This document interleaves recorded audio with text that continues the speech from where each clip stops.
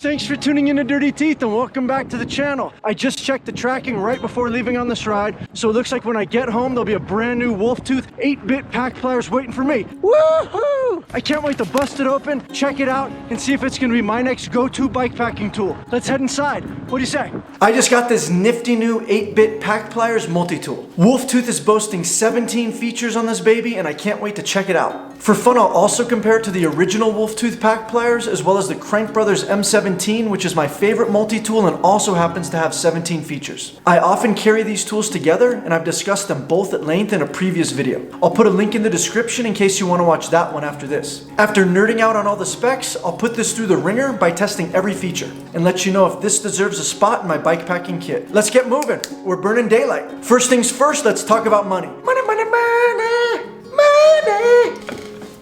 This tool has a hefty $70 price tag, so I'm starting off with some pretty high expectations. It's designed and manufactured in the good old USA. The handles are CNC'd out of 7075 T6 aluminum. The hex head and all associated bits are made of steel, and it has a slick magnetic closure system. It also uses magnets to keep the small bits and pieces intact. These magnets are pretty dang powerful and can easily serve as a fridge magnet when you're not out riding. Wolftooth definitely didn't cut any corners, but my good old M17 retails for 30 bucks and has saved my butt on many occasions. In terms of size, the 8-bit pack pliers are 146 millimeters tall, 20 millimeters wide, and 9 millimeters thick. What that means is they're about 5 3/4 inches long, including the swivel ball head. That's about 1 1/4 inches longer than the first gen pack pliers, otherwise the height and the width is the same. One thing I noticed is the chainring bolt that holds the unit together no longer protrudes through the back. This allows the new tool to sit flush, whereas the old one has a nut on the back that doesn't allow it to sit flat. Like I said, it's a minor detail, but it's great to see Wolftooth improving the small things. If you're wondering, yes, this is a standard chainring bolt holding the tool together, so you could potentially use it as a spare. I know many of us use direct mount chainrings these days, but I'm still surprised Wolftooth doesn't mention this in any of the literature.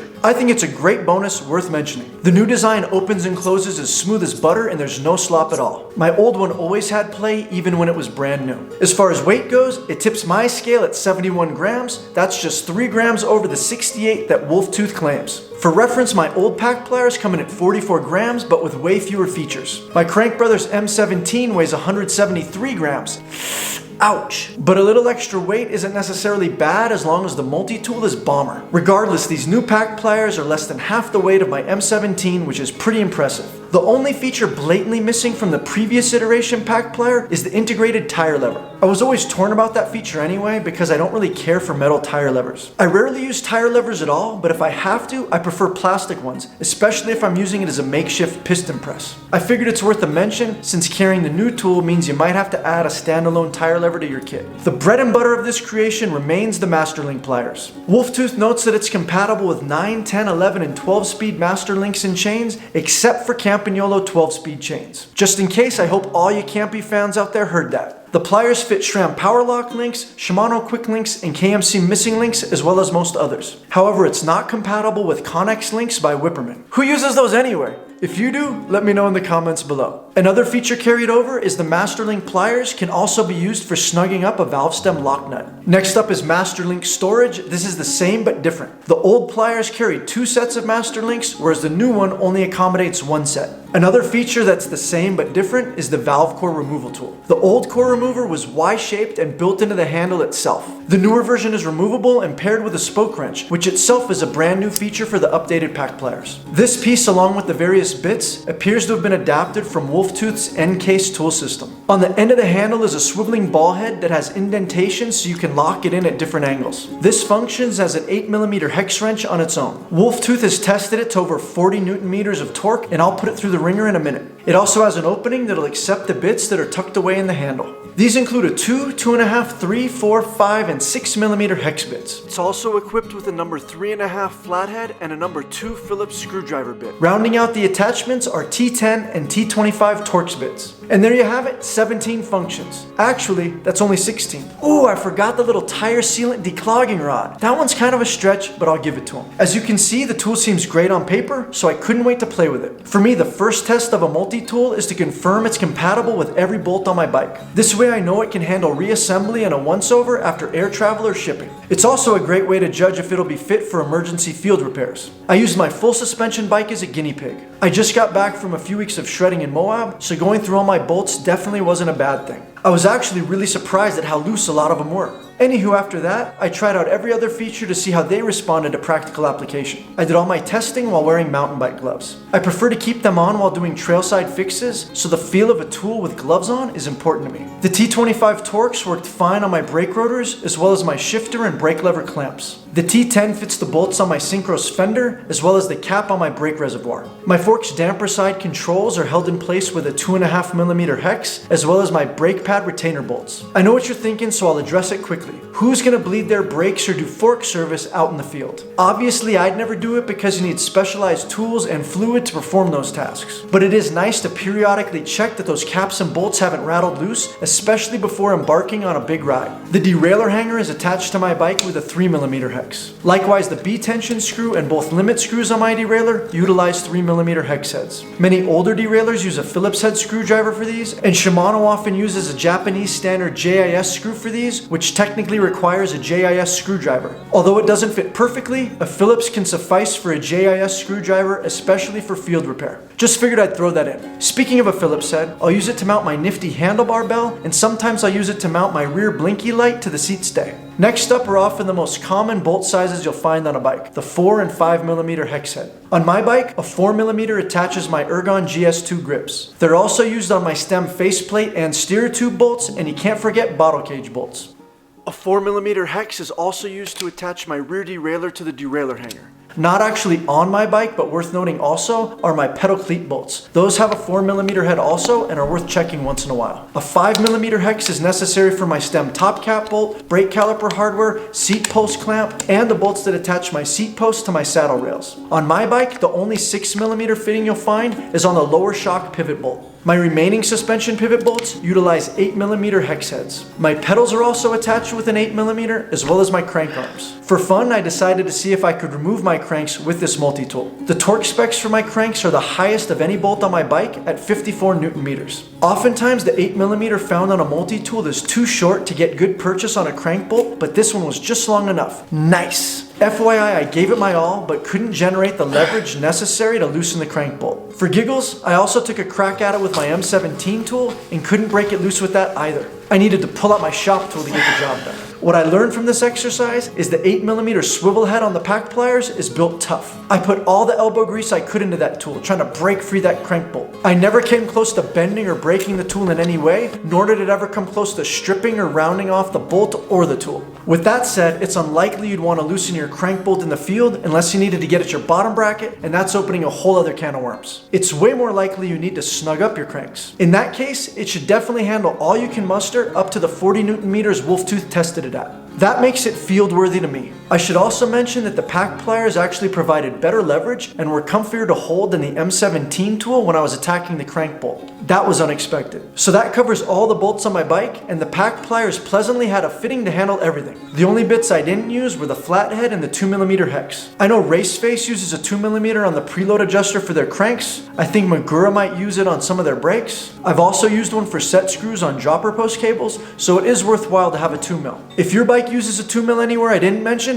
let us know in the comments. As far as a flathead, same thing. It's always great to have one handy, and I'm sure some of you will tell me where you use it in the comments below. Heading over to the wheels, I started with the spoke wrench. I was surprised with how well it worked while being so small. It had great engagement, and I never felt in danger of rounding or stripping the nipples. I was able to get plenty of torque with just my hand, but if you need to loosen a stubborn spoke, you can also slip it in the swivel head for added leverage. I couldn't find the sizing anywhere on the packaging, but it fit my nipples perfectly. That means it's equivalent to a Park Tool black spoke wrench, which is also commonly called a size 0. Wolftooth later confirmed this for me. It is in fact sized for 3.23mm nipples, commonly used by Wheelsmith, DT Swiss, and others. You might want to double check that your wheels are compatible with this size spoke wrench if that feature is important to you. Moving on to the valve core remover, which is embedded in the spoke wrench. This is a pretty critical tool for me. It's pretty tiny and weighs next to nothing, but it makes life super easy if you need to add, sealant, or replace a damaged valve core without making a mess out in the field. The remover on the original Pack Pliers was kind of funky and built into the handle. Although it worked okay, it was a bit clumsy to use. The new removable design is way more ergonomic and user-friendly. The feel is much closer to that of a standalone valve core removal tool. I could use it without the fear of over-tightening or spinning the whole valve stem.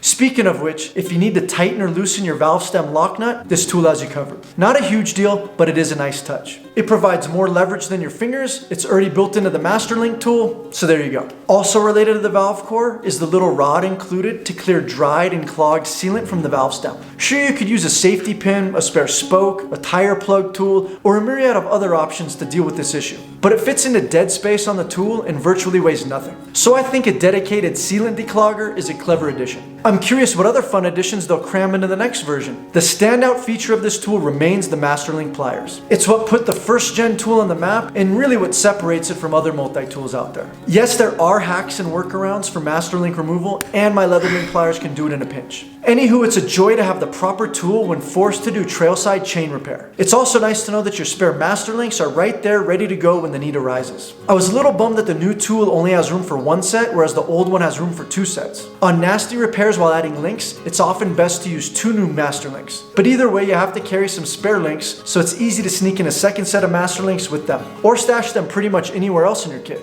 I will say it is easier to get the Master Links in and out of the new tool versus the old one. There's a cutout on the back of the handle so you can push the pins out from the rear. This was a nice improvement. Now that I've put this tool through the paces, I've got a few final thoughts. First off, how does it stack up against my trusty M17? Pretty well, I'd say. The only real sticking point for me is the lack of a chain breaker, which is critical for any bikepacking kit. I could just carry my Park CT5 chain breaker. It's bomber, but it's also heavy and awkward to pack. It's also worth noting that Wolftooth offers a chain breaker with an integrated tire plug tool, but it costs 50 bucks, so there's that. There's also a bunch of other lightweight chain breakers on the market that I might have to look into. First world problems. Wolftooth certainly did their homework as far as the details, craftsmanship, and design of this tool, and it definitely earned some style points. However, getting the bits out of the handle is a little bit tedious, especially with gloves on. The double-sided bits on the edges take some finessing, but they eventually come out when you rock them back and forth. After some practice, it gets easier. There's a hole in the handle to press out the middle bits from the back. But again, this can be frustrating with or without gloves on, and my hands aren't even that big.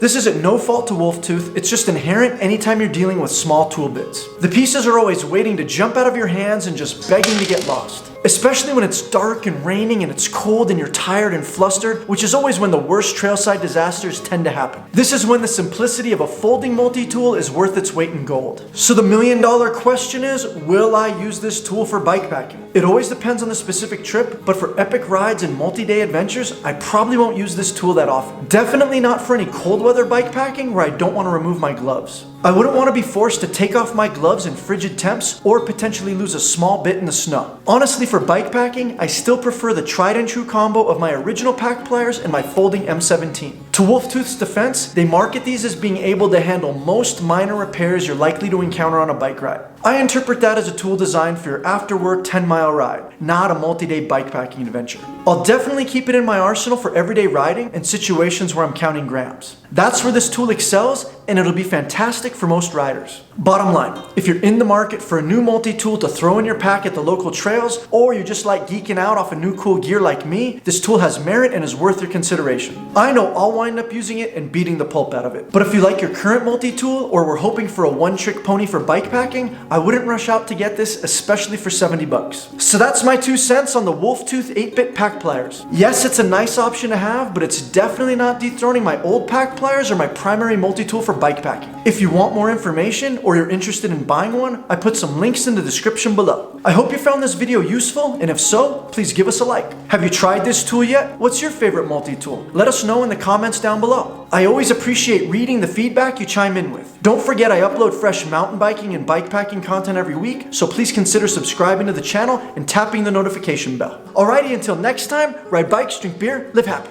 Thanks so much for squeezing dirty teeth into your busy schedule. Please help us reach more people and ensure you receive new videos by giving this video a like, subscribing to the channel, and clicking the notification bell. Until next time, ride bikes, drink beer, live happy.